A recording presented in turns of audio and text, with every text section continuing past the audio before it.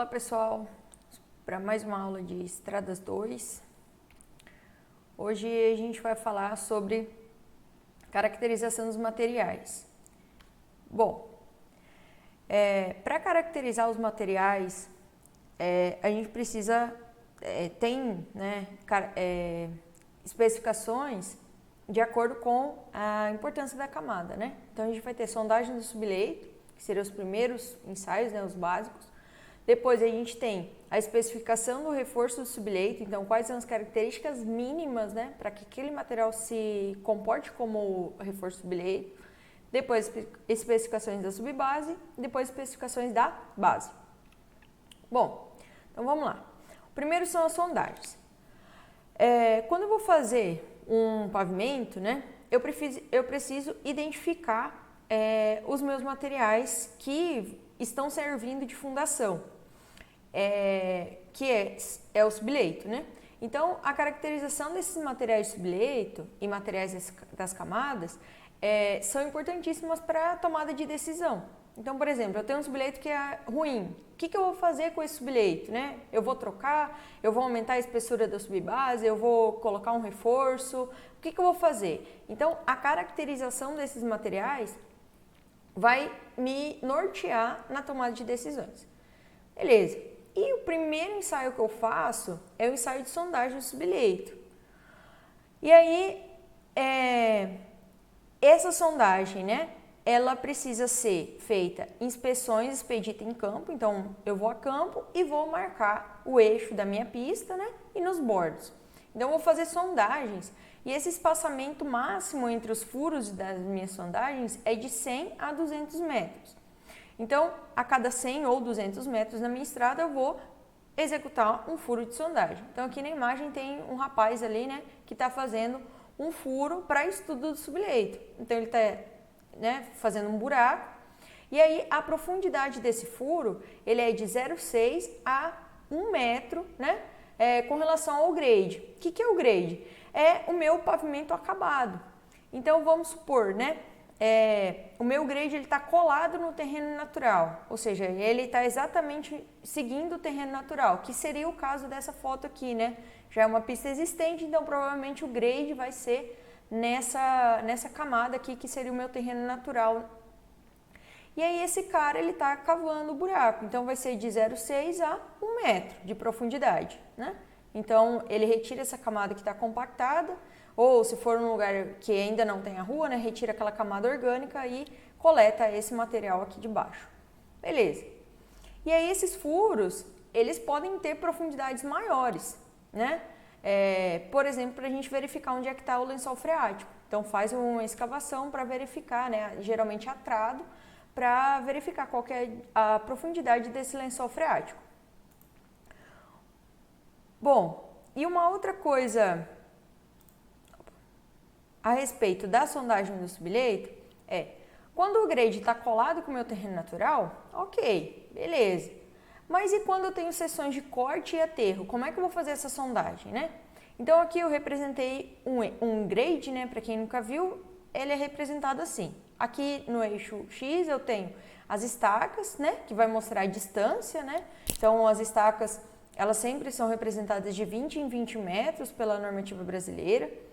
E aí aqui no eixo vertical eu tenho a minha elevação, ou seja, né, a topografia do meu pavimento. Nesse grade, né, nesse perfil do grade, é representado o meu terreno natural, né? Então o carro, ou o veículo, né, o caminhão, seja lá o que for, não vai conseguir passar aqui com conforto e segurança, né, nesse terreno natural. E aí por isso que a gente faz o projeto geométrico, né, projeto vertical. E aí esse projeto vertical, ele vai ter seções onde eu vou ter corte, que seria essa parte aqui, e vou ter seções em aterro. Então eu vou ter corte e vou ter aterro. Como que eu faço sondagem do subleito nesses casos, né? Nesses casos, nessas seções em corte, né, eu vou, lembra lá da norma, né, de 60 a 1 metro de profundidade em relação ao grade. Então, o grade está aqui embaixo, digamos que esse corte tenha 2 metros. Eu vou ter que escavar 2 metros, chegou no grade. Depois eu vou ter que escavar mais 1 metro ou 60 centímetros para chegar no solo que é o meu subleito. Aí a mesma coisa vai acontecer com essa questão do aterro. Pô, mas 1 metro vai dar aqui, no vazio, né? Como é que eu vou estipular esse meu material de subleito? Qual o material que vai preencher, ou seja, qual o material que vai servir de aterro para esse local? Ah, eu vou tirar solo daqui, vou tirar solo daqui e vou jogar para cá. Então, beleza. Então, essa mistura de solo vai dar que tipo de material? Então, eu preciso saber qual que é o material que vai compor o aterro. Então, eu faço estudos estatísticos com esses volumes, né? E aí, em cima disso, ele vai ser usado aqui para compactar esse aterro. E aí, eu consigo fazer um estudo de subleito. Então, eu não vou furar o terreno natural em seções que eu tenho aterro muito grande, né? Então, fica isso aí para só um adendo, né? Aqui é a mesma coisa, né? Então, eu vou ter que perfurar até embaixo do grade. E quais os ensaios que a gente precisa realizar? A gente vai estar separando em 2 ensaios, né? A gente tem o método CBR e o método Medina, né? Que é um método novo, e o CBR já é um método desde 1960. A gente vai falar mais sobre ele, né? Mais pra frente. Bom, pelo método CBR, né? Que hoje, né? Até hoje é o vigente no Brasil, é um ensaio que o solo ele é compactado nesse molde, né? E aí ele é compactado e deixado submerso por 96 horas, né, dentro da água. E aí depois a gente tira esse corpo de prova e rompe ele, né, faz a leitura da penetração do pistão numa velocidade constante. Então essa velocidade ela é normatizada. Então eu vou ter esse resultado do CBR.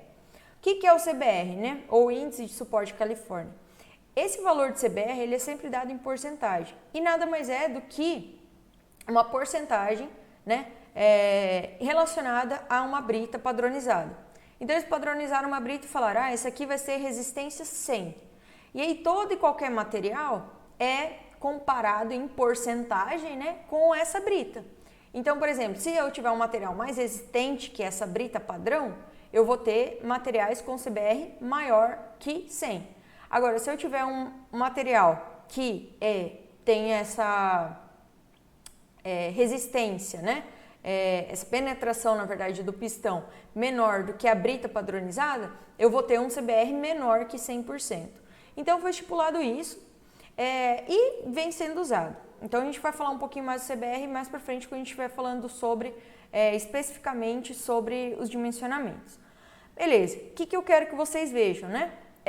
Nesse link aqui do YouTube, também está disponível na descrição do vídeo e na página, né, de vocês, no portal do aluno, vocês podem verificar como é que é feito esse ensaio. Então é bem interessante que vocês consultem esse material, que ele ensina passo a passo o ensaio, né, para vocês verem certinho como é que é feito. Beleza. E aí vem, né, com uma nova proposta, que é a proposta pelo método de dimensionamento nacional, que é o Medina. Beleza, e o Medina usa o CBR? Não, o Medina ele usa o módulo de resiliência e deformação permanente, né? MRDP, as siglas. Os ensaios de módulo de resiliência e deformação permanente, ele é diferente do CBR. O CBR eu vou colocar um pistão numa velocidade constante, né? E vou medir essa penetração do pistão no meu solo, na minha brita, no meu material. Já o módulo de resiliência e a deformação permanente, para que ela serve? Ela serve, o MR, e tanto o MR quanto a deformação permanente, ela é medida, ela é um resultado, né, que vem de um ensaio de um equipamento triaxial. Então, eu tenho um equipamento triaxial que vai tentar simular as ações do tráfego, ou seja, a minha carga vai ser uma carga repetida. Então, eu vou fazer uma carga repetidas vezes ali em cima do meu corpo de prova e vou verificar, né, qual é o comportamento daquele material. Então, é diferente do CBR. O CBR é um carregamento que a gente chama de monotônico. E esse aqui já é um carregamento cíclico, ou seja, eu carrego e descarrego o material, que é, né, mais próximo do que a gente tem em campo. Então, tanto o modo de resiliência quanto a deformação permanente, eles são realizados em equipamentos triaxiais. O que seria o modo de resiliência, né? O modo de resiliência está diretamente relacionado com a elasticidade, né? A resposta elástica do meu material. E a deformação permanente está relacionada com a resposta plástica, né? Ou seja, se a gente pegar um clips, por exemplo, né? Eu vou, né, carregar e descarregar ele até um certo momento e depois ele vai acabar rompendo. Então ele tem uma resposta elástica no começo, depois ele tem e cada resposta elástica acumula, né, uma deformaçãozinha lá que é chamada de deformação plástica, ou seja, aquela que não é recuperável. Tá, mas e o que isso tem a ver com o pavimento, né? Essa deformação plástica, ela causa isso aqui, ó, que é o efeito, né, a deformação deformação plástica do pavimento, que é o afundamento de trilha de roda. Ou seja, os carros, os veículos estão passando por aqui e aí o pavimento acaba deformando, né, de uma maneira plástica, ou seja, ele não retorna ao seu estado inicial. Esse aqui é o equipamento triaxial e ali o corpo de prova. Então esse pistão ele vai, né, aplicando carga num elemento, que nesse caso seria um corpo de prova de solo, e aí ele vai aplicando carga. Tanto o modo de resiliência quanto a deformação permanente são padronizadas, a gente vai ter uma aula só a respeito disso. Aqui está mais de perto, né? Acho que esse aqui é um vídeo. Ele tá, né? Acho que dá para ver balançando bem a deformação, né? Quando aplica a carga no pistão, dá para ver a deformação do corpo de prova. Então, é uma sequência de golpes que é aplicado no corpo de prova.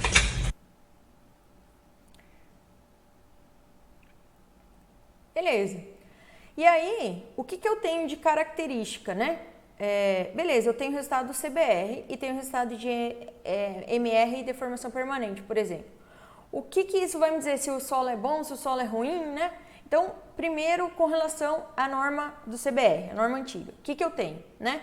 Que eu preciso fazer um ensaio de CBR a cada 200 metros, pelo menos, né? E a cada 100 ou 200 metros eu devo executar um ensaio de granulometria LL e LP. Então, eu vou estar caracterizando o meu subleito, tá? E essa caracterização de subleito, eu posso diminuir esses espaçamentos. Por exemplo, eu verifico em loco que tem uma variabilidade do meu solo, eu não, aqui não está 100 metros, não vou coletar. Não, eu vou, olha só, mudou bastante a coloração, ou eu tenho uma granulometria diferente. Então, eu posso diminuir, né, esse espaçamento entre as amostras. Isso com relação ao ensaio, ao método do CBR. Agora, com relação ao método Medina, né? Eu faço a coleta nesse mesmo espaçamento, só que ao invés de eu executar LL, LP, eu vou substituir não, né? Eu não vou realizar esses dois ensaios, eu vou realizar um ensaio de MCT, que caracteriza melhor, né, os meus solos da região do Brasil, que são regiões de clima tropical. Então, eu faço a granulometria, que isso é de extrema importância, e contemplo com o MCT. Então, a classificação passa a ser a classificação MCT, uma classificação mais importante para os solos tropicais, que serão os solos brasileiros. E aí, a cada 200 metros, ensaio de modo de resiliência e deformação permanente. Obviamente que o espaçamento das amostras também pode ser reduzido. Ok, e aí eu vou ter, pensa só, a cada 100 ou 200 metros numa extensão de uma rodovia, eu vou ter muito ensaio. Então, o que eu tenho que fazer, né?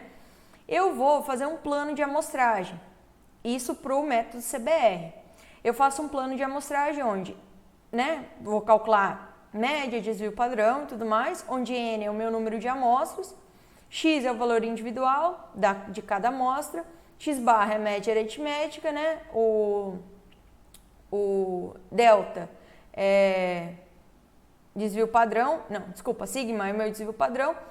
Eu tenho o X mínimo, que seria o valor mínimo aceitável, né, provável estatisticamente, e o valor máximo provável estatisticamente, calculado por essas equações. Beleza, olhando assim, às vezes assusta, né, que nem a Nazaré ali, mas é só questão de aplicação das equações. Isso aqui é bem simples para a gente trabalhar. E aí, qual é o valor que a gente vai utilizar? A gente vai utilizar o x mínimo, ou seja, o valor mínimo provável estatisticamente, né? E um grupo de pelo menos 9 amostras. Então, eu posso agrupar essas minhas amostras, esses meus trechos, que são chamados de homogêneo, e aí fazer essa análise estatística para eu fazer o dimensionamento do meu projeto. Obviamente que não é inviável, né, eu dimensionar a cada 100 metros uma seção de pavimento. Por que isso é inviável? Na hora de executar, eu não consigo executar, né, a cada 100 metros ou a cada 50 metros um trecho. Não, eu preciso colocar trechos que são chamados de trechos homogêneos. Beleza. E aí eu passo para a questão de escolha desses materiais, né? Então, primeiro que aparece para a gente, subleito. O subleito ele deve apresentar expansão medida no CBR menor ou igual a 2%, certo? Então, ele não pode, você expandiu 3%, não pode. 2,1%, não pode, né? Um material expansivo. Então, eu tenho que eliminar esse material, estabilizar ele, ou, né, partir para substituição, enfim. E o CBR desse material tem que ser maior que 2%. Ah, mas e se for 1% de CBR e tiver, digamos, expansão igual a 1%? Eu não posso usar, né? Então, os dois critérios têm que ser atendidos. E aí, caso o subleito não apresente essas características, eu preciso melhorar ele, né? Que nem colocar solo cal, solo cimento, né? Fazer alguma coisa para melhorar até que ele atenda essas especificações. Ou até mesmo trocar esse material, né, por outro mais resistente. Isso no método CBR. No Medina, o que eu tenho? Não existem especificações de valores mínimos de modo de resiliência ou, né, máximos de deformação permanente. O que eu vou ter é que todos os materiais são mecanicamente aceitáveis. Por exemplo, se eu tiver uma via de baixo volume de tráfego, né, eu vou precisar de materiais que não têm uma qualidade estupenda assim mecanicamente. Agora, se eu tiver uma rodovia, por exemplo, de alto volume de tráfego, aí eu vou precisar pensar, né, no material melhor. E aí, com relação à expansibilidade, eu tenho que levar em consideração que o máximo aceitável continua sendo de 2%. E aí fica ali na minha escolha, né? Expansivo e resistente, não expansível sem resistência. Então, o que vai ser melhor? Isso quem vai dizer é o caso, né? Cada caso eu vou analisar de uma maneira diferente. É fácil eu substituir esse material? Né? É fácil eu estabilizar essa expansão dele? Por exemplo, posso adicionar cal e estabilizar essa expansão? Então, quando a gente está se tratando de subleito, a gente está tratando de solo. Então, cada solo vai ter sua peculiaridade que a gente vai precisar tratar. E aí a gente passa para o reforço do subleito. Vamos supor que a gente vai precisar reforçar esse subleito. Ok.